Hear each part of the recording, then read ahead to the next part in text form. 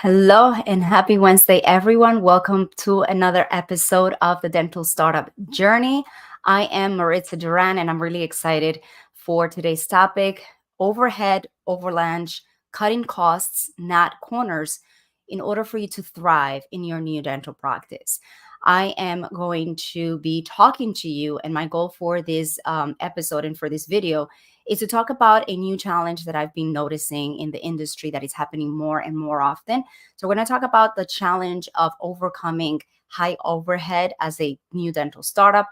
We're going to talk about misconceptions of partnerships and also consulting services that are out there. We're going to talk about how to turn that around and shift your mindset as a new dentist who's looking to open your own practice. We're going to talk about that. Some overhead strategic planning ahead before you actually open your practice. And most importantly, how to cultivate a thriving practice by making sure that you're managing your spending and that you're optimizing in every other position how you're going to be managing your revenue. And so, with that, anyone that is joining me live, please let me know what platform you're using to receive you're watching me from, whether you're in LinkedIn, YouTube, or if you are in my Facebook group. And I want to give a special shout out to those new members that joined this week, Dr. Sandhu.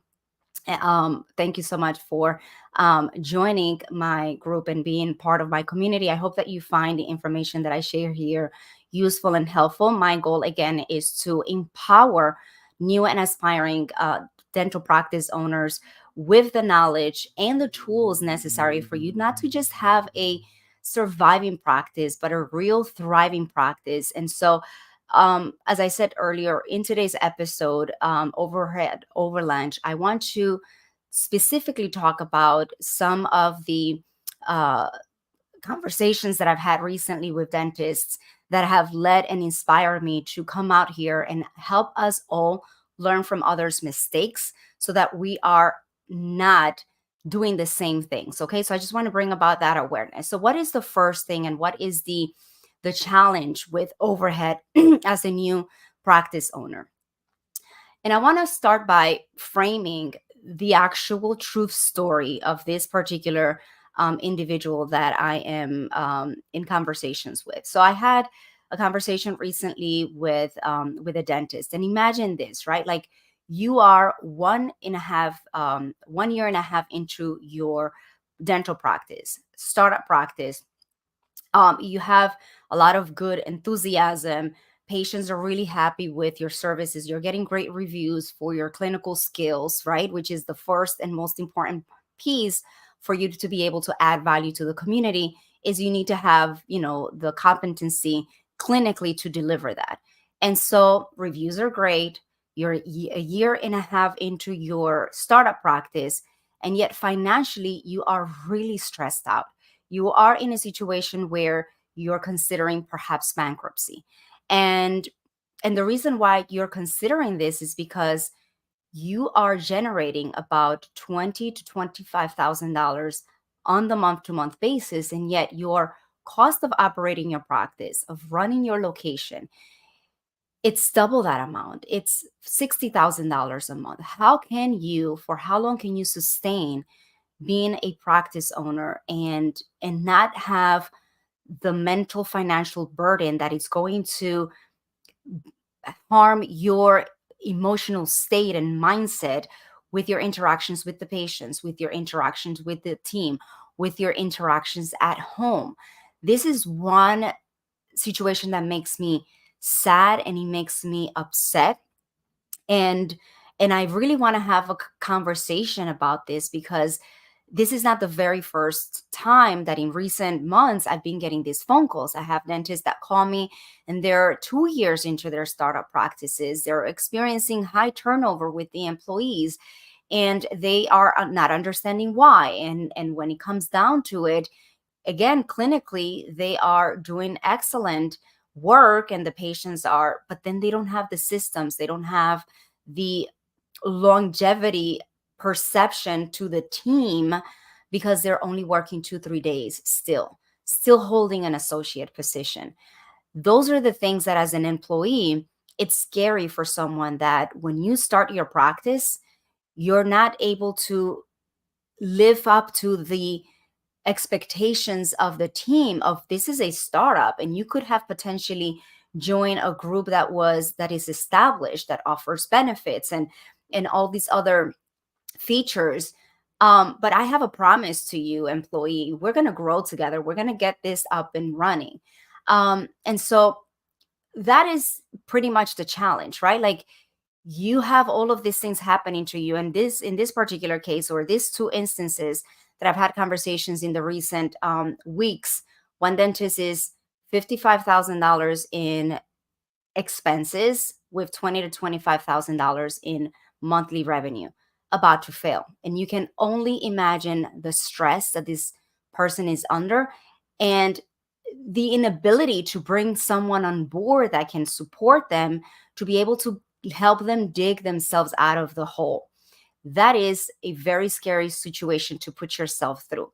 So what are some of the things that I would recommend, and to be able to turn this thing around? Before I talk about um, how to reverse this, and some of the strategies and techniques that I use, that I would definitely recommend you incorporate if you are an associate, if you are a dentist who is thinking about opening your dental practice for the first time, I want to talk about the misconception about expert partnerships and consulting services that are out there.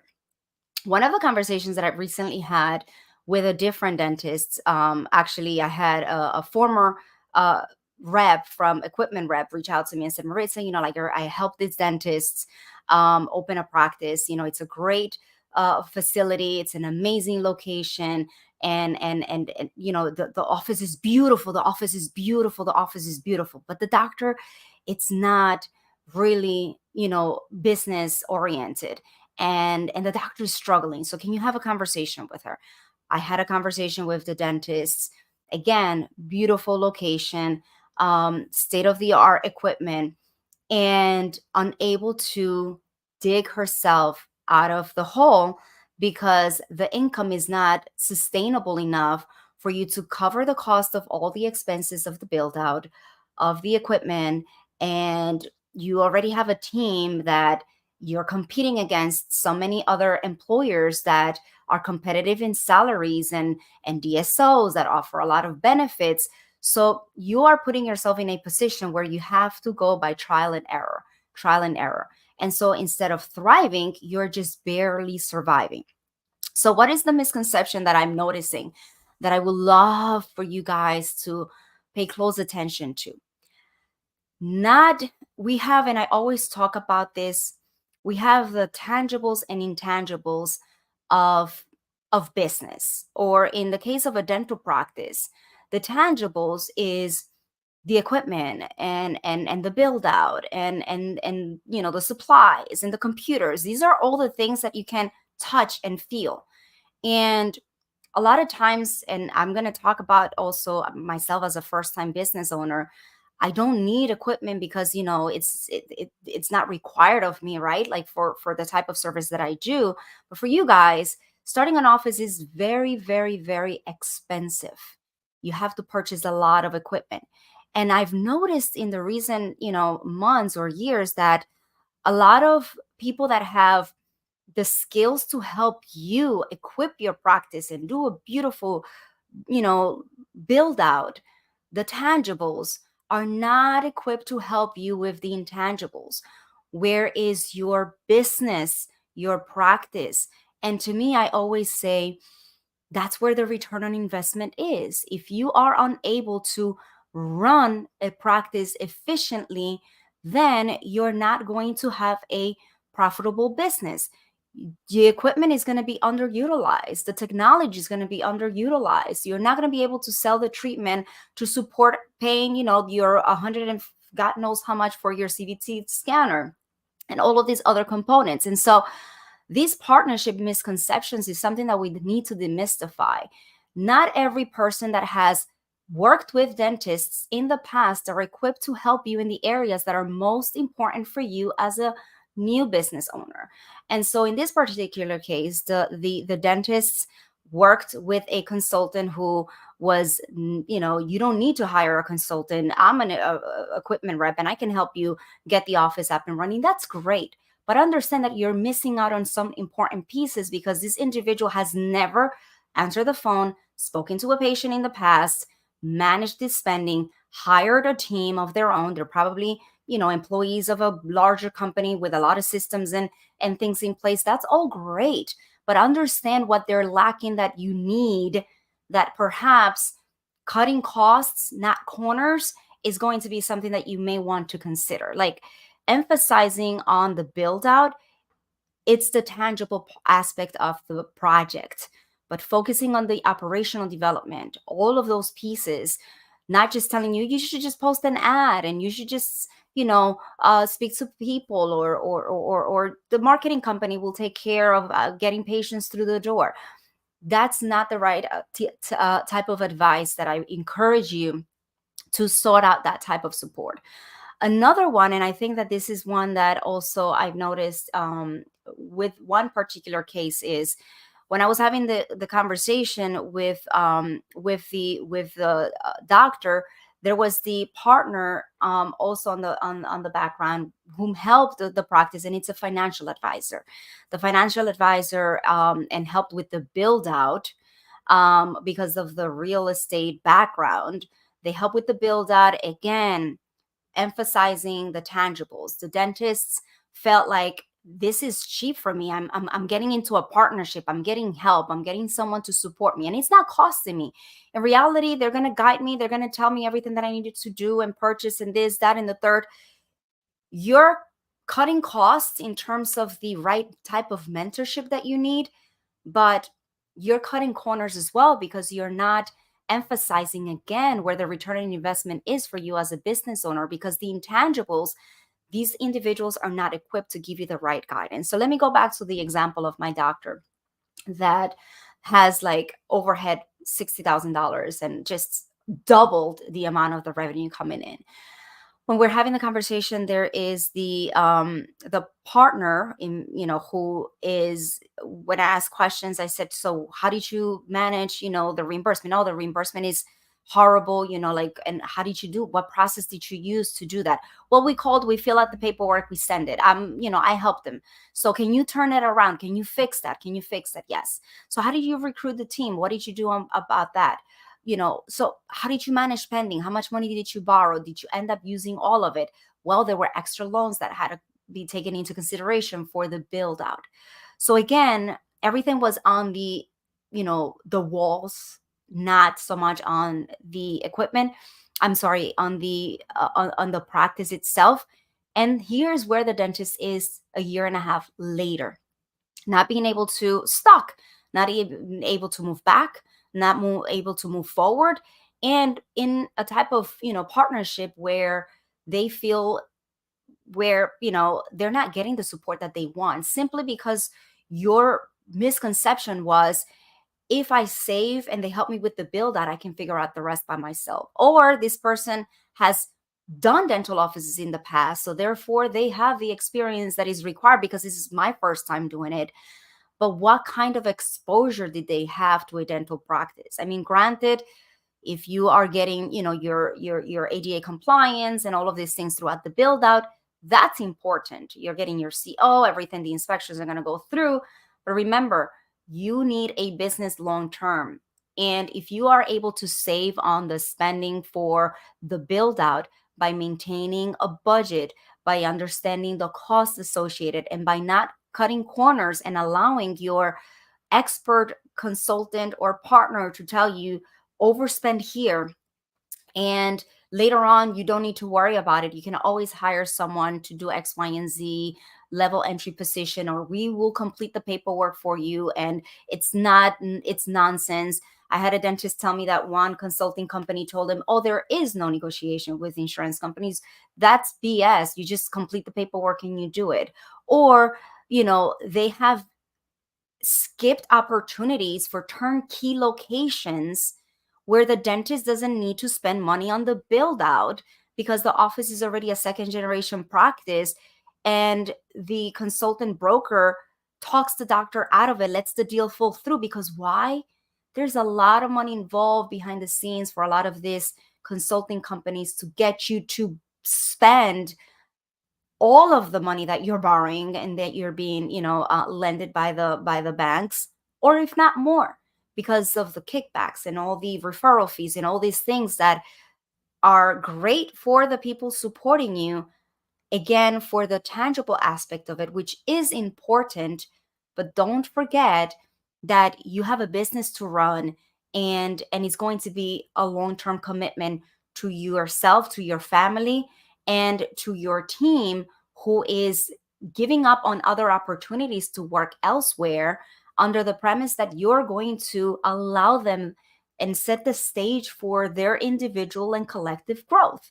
I was at my client's office about 2 weeks ago, and I'm going to do an episode about, like some reflections about me being there with the team, with the owner, with the dental assistant, with the, front desk person, and the conversations that we had, knowing myself the perspective of the owner who is having all of these things going through her head, right? Payroll, equipment, loans, and all these other pieces of the overhead, and the employee who is just, um, starting new, afraid of making mistakes, and the dental assistant who is just getting used to the new equipment and all these other things. So there is a lot of consultants and people that are out there, that from the banking industry, from the reps and so on and so forth.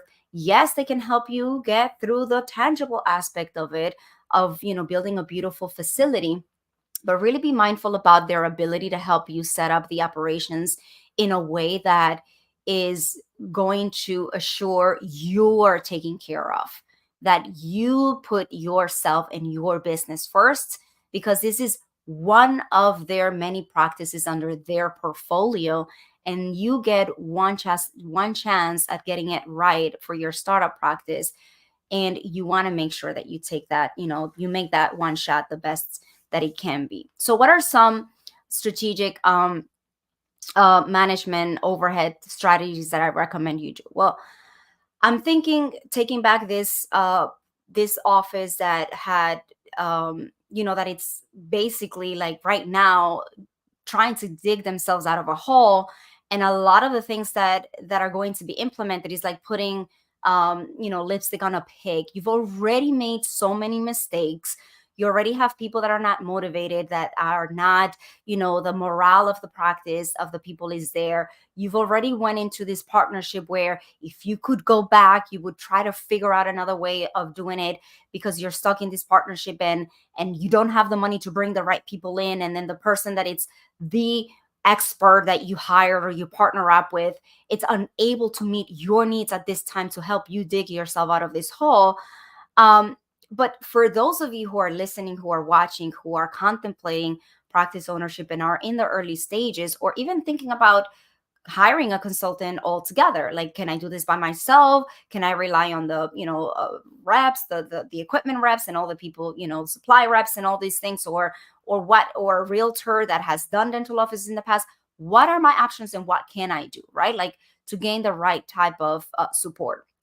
So what I recommend that you do is, besides being wise about the partnership and the people that you're going to be working with, and knowing that, hey, give me an office, how are they doing, and have you had experience in this, do you not know what questions to ask them, about their process of how they're going to support you on the side of the intangibles, which is running the practice efficiently and optimizing all of the things and processes and reimbursement, which is extremely important. So that's one part of it, right?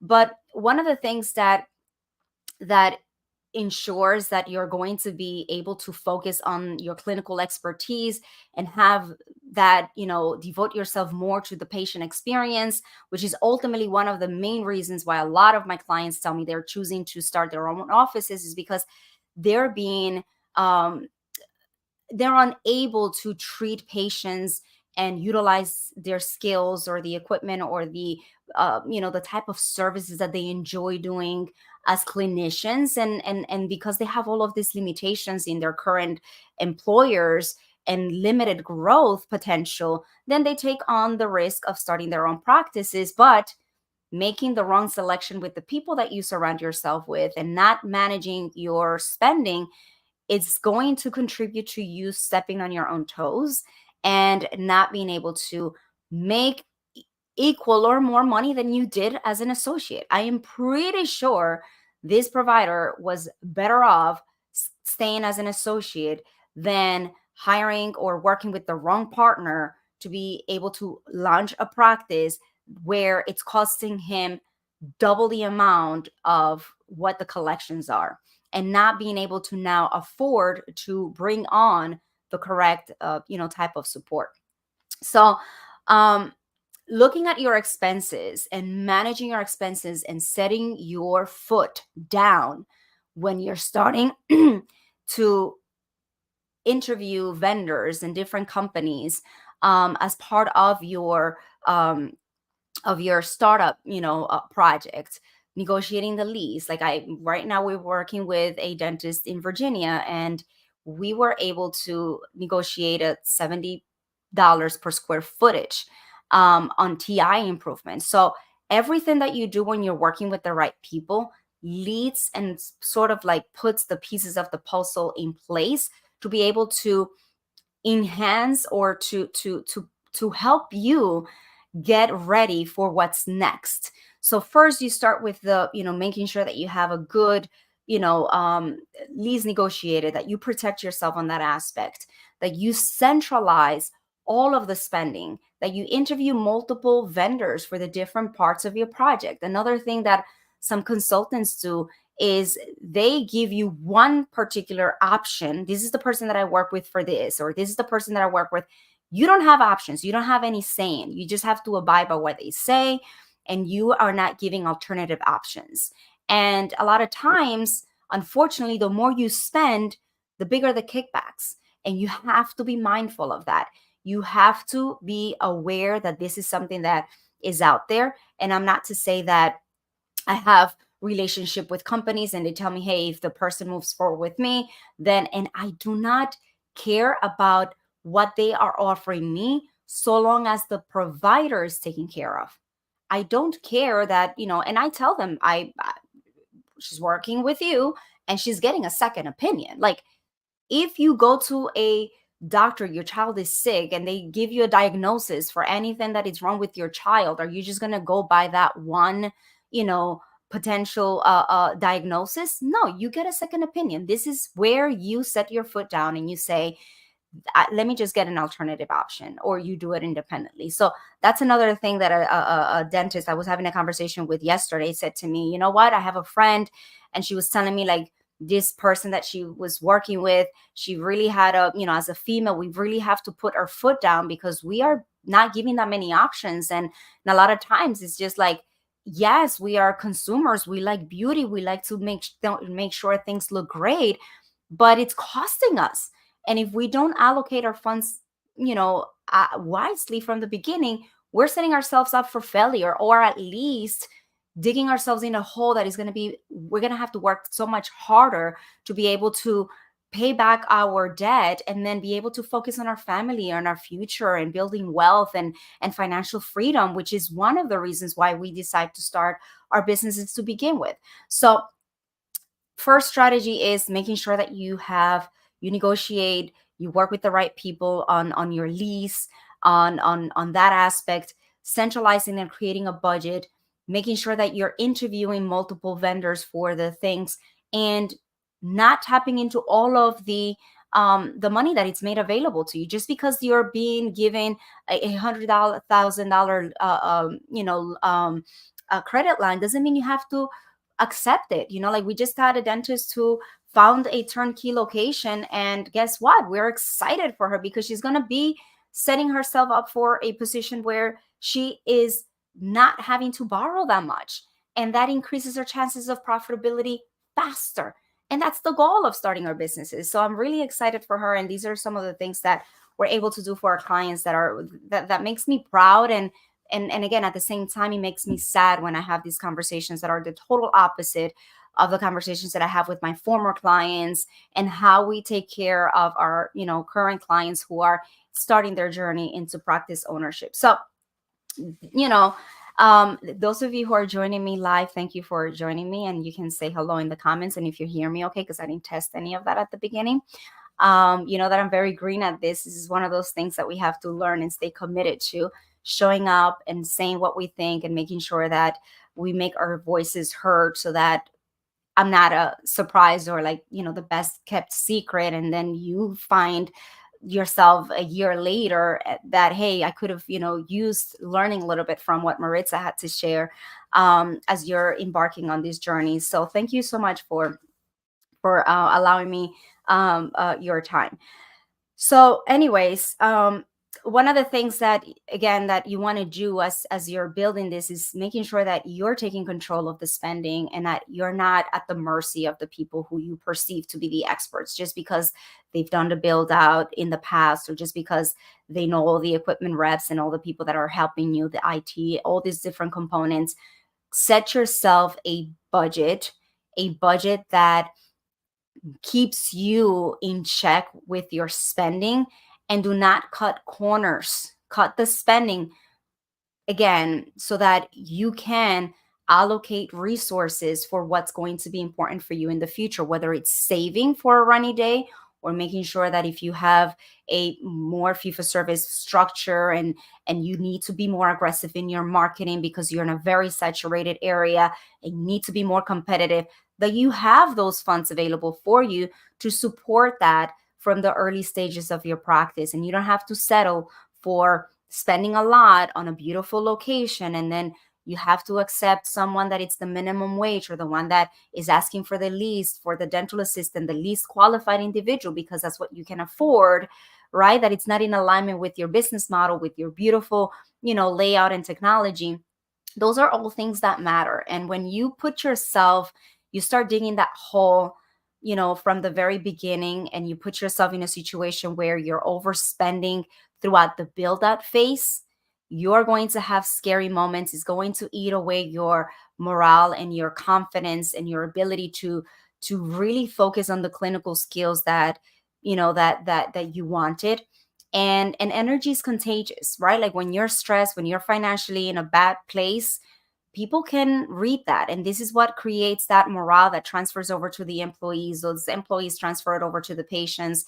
Then you start to notice that you are unable to close in some cases. Things start to fall through the cracks. There's turnover happening all the time. So every time you lose an employee, then you have to start back from scratch, and the time, resources, and energy that gets reinvested then takes you step back. So you want to be mindful of that. And so so that's kind of like the third thing that I wanted to talk about, which is cultivating a thriving practice. It starts by you understanding that we have the pre-opening tangibles and intangibles, and then we have the post-opening tangibles and intangibles. So the pre-opening, you have to manage your spending, you have to manage your budget, you have to surround yourself with the right people and not think that everyone that has done a dental office in the past, it's equipped to allow you to have like a well-rounding understanding of how to get an office up and running. Okay, getting an office up, the build out, you're gonna have tons of people that like sharks after you to try to get your business for that build out. Very few people are going to want to get down and dirty to help you with what's important, which is to roll up their sleeves, hold your hand, and go through the process of the operational development of the practice, which is again what you're always going to hear me say, where the return on investment is. When you're able to take your team on a retreat, when you're able to give them their first bonus, when you have issues with the IRS because you made too much money, those are good problems to have, rather than being in a place where you've made so many careless mistakes. You were cutting corners, cutting costs, and not cutting corners is what I want you to do. So don't overestimate some of those people out there that are promoting themselves as experts in helping you start your own practice. Ask the right questions and do that. So to conclude on my live today, having an understanding of what your overhead expenses are going to look like is going to be such an important aspect of you launching a thriving dental practice versus a struggling one. At the beginning, I talked about the example of the dentist that has 55 to $60,000 in overhead and 25,000 in monthly revenue.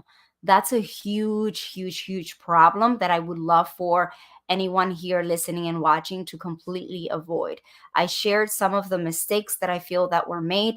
Number one, the misconception about who is an actual partner expert in the industry. Number two, not taking ownership and control of your spending throughout the build out, which is just the perceived tangibles, which is not the important piece. Um, Also understanding that on the day-to-day basis, if you're not planning, if you're not uh, planning accordingly pre-opening, then you're not gonna your schedule is gonna suffer. There are a lot of things that you're going to oversee, and the stress is not gonna allow you to be proactive but be reactive, and that's gonna not allow you to continue growing.